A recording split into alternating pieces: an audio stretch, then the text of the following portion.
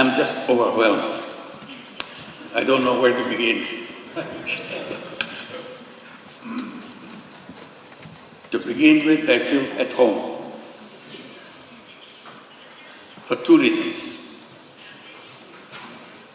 I always felt at home in an academic environment.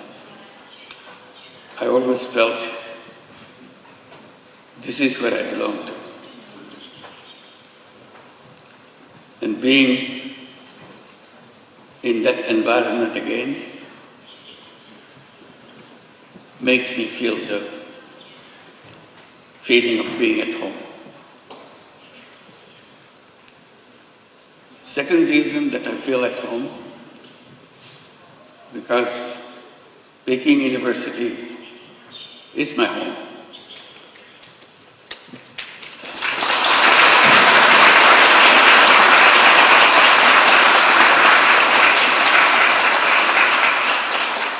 I am part of you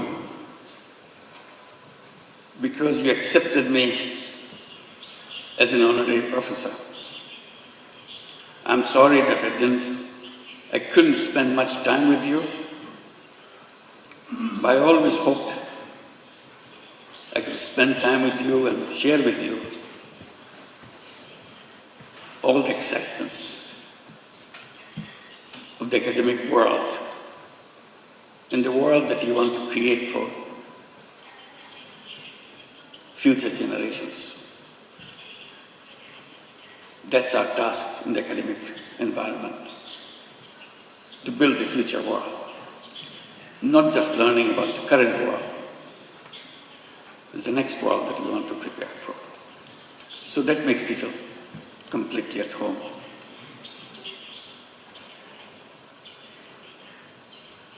Your Excellency Ho Guangchai and Mr. Kong Chuan, esteemed deans and faculty members, distinguished dignitaries, officials and guests, and my dear, dear students, ladies and gentlemen. It is with great humility and profound gratitude that I stand before you today in this prestigious institution, Peking University, the center of knowledge, wisdom, innovation, and excellence. To receive an honorary doctorate from such an esteemed university is a great honor for anyone. And I feel so humbled by your gesture for choosing me for this particular honor. This recognition once again reminds me of my commitment to work for realizing the dreams of the millions of youths who were the vanguards of the transformational changes in Bangladesh just last year. Their vision to establish a new Bangladesh in place of the Bangladesh that we had until last year.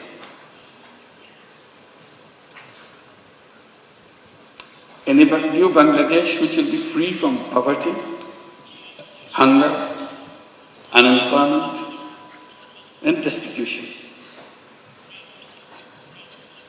Ladies and gentlemen, and my young friends, to translate this vision into reality, we are embarked on a series of reforms to make governance transparent and democratic, to ensure economic policies which are inclusive, and to guarantee that every individual has equal opportunity to flourish. Our reform initiatives are at the top of our priority. Our goal is definite. Our work plan is exhaustive.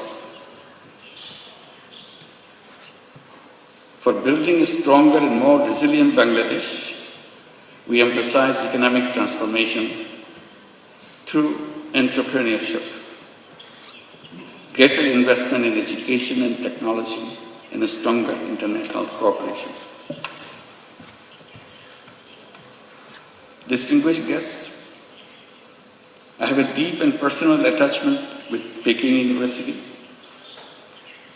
Back in October 2006, I had the opportunity to be appointed as the honorary professor.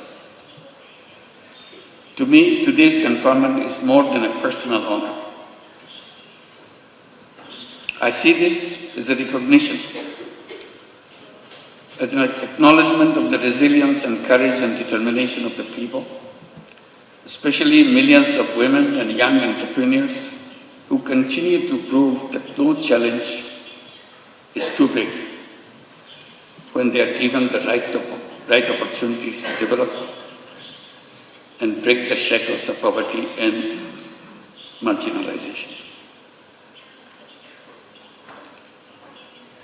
Throughout my journey, from being an economist to founding Grameen Bank, from pioneer microfinance to advocating social business, my core belief has remained the same. People are not poor because they lack of skill or ambition. They are poor because the economic system has never given them a fair chance. So poverty is not because of something lacking in the person. It's not their fault.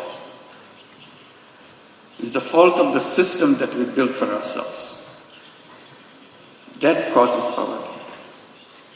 That causes all the problems for human beings by wrong thinking. And I blame myself for being part of that institution, academic institution, where we pass on this wrong knowledge to the next generation. So I plead guilty that we have not been able to change those ideas, wrong ideas, which make people suffer.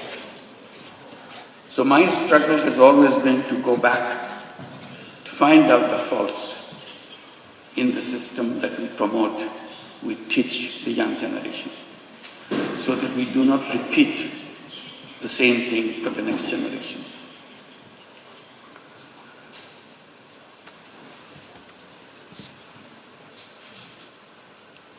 It is designed to serve only the wealthy, not the poor. That realization led me to create an alternative, one where even the poorest individuals could access the services of the institutions which are created for people. I've been promoting the idea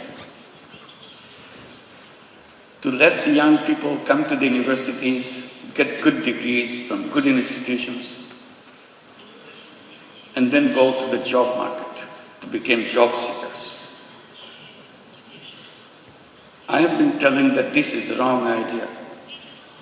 Human beings are not born to become job seekers. Job is a wrong idea. Human beings are creative beings.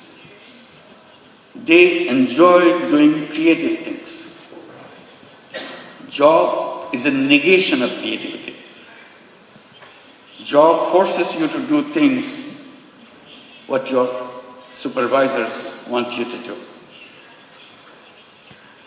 Job is a continuation of the tradition of slavery. Human beings are not fit for slavery. Human beings are independent beings. So I keep on promoting the idea that all human beings are born as entrepreneurs, not job seekers. Universities should be preparing young people to go out and become successful entrepreneurs, not job seekers. And that idea came from a simple experience. I started as a small initiative with a handful of women in a village next to the university where I was teaching in Bangladesh. I started lending tiny little money to the poorest women that the world has ever known, just to make sure she feels that she can handle this money and change her life. I had no idea that whether it would come true, but I was amazed how these illiterate, poor women could use tiny little money, $10, $20 worth of money, and did a very successful way of paying back and change her income situation. And she continued to pursue that round after round and change her life. And it turned into millions of women all over Bangladesh, and with perfect record. That that convinced me totally. All human beings are entrepreneurs, because we are taught in the textbooks only very special people are born as entrepreneurs. Rest of us human beings have to serve under them. I said, that's absolutely the wrong idea. If the poorest illiterate women in Bangladesh can become an entrepreneur with a $20 loan, $30 loan, anybody in the world can become an entrepreneur. It's natural to human beings. We didn't train them. We didn't tell them how to run a business. She figured it out all by herself, because it is innate part of a human being. So that continues with a bigger question to me. What should be the purpose of education? And I keep coming back. Purpose of education is to enable to go out and bring that all creative capacity to change the world. And universities and educational institution is not only a place to learn what happened, also imagine. Imagination is the greatest power on earth. If you imagine, it will happen. If you don't imagine, it will never happen. If you look back, things happen because somebody imagined it. Imagine something big, something unheard of, something you never dared to hope that it will work. But you imagine and stay with it. If you stay with it, it will happen. So that is the greatest power. Imagination is more powerful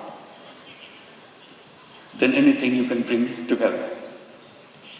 So I follow that, encourage young people like you, along with what you are learning, imagine. Dare to imagine the most odd thing that you ever thought, most necessary thing you think could be done. At the moment it looks odd, at the moment it looks impossible. The human journey is about making impossible possible. That's our journey. And we can make that happen.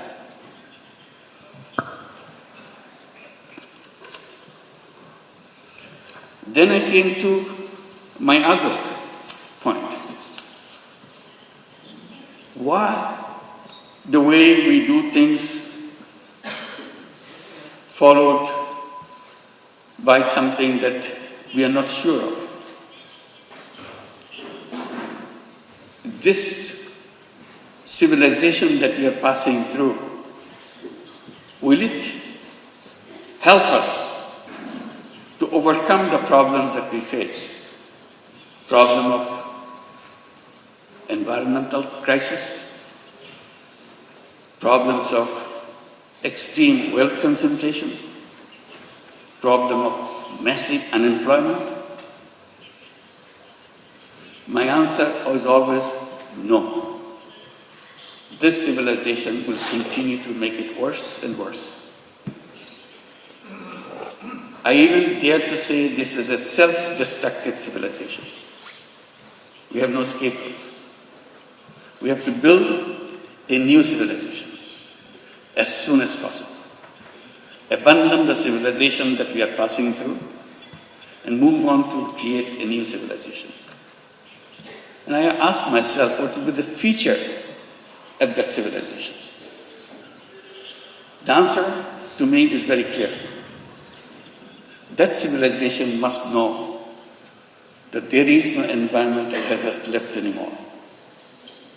And that can be done with just creating a financial system, creating an economic system which doesn't depend on creating carbon emission.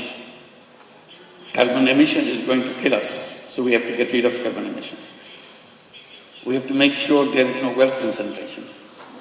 We have to make sure there is no unemployment.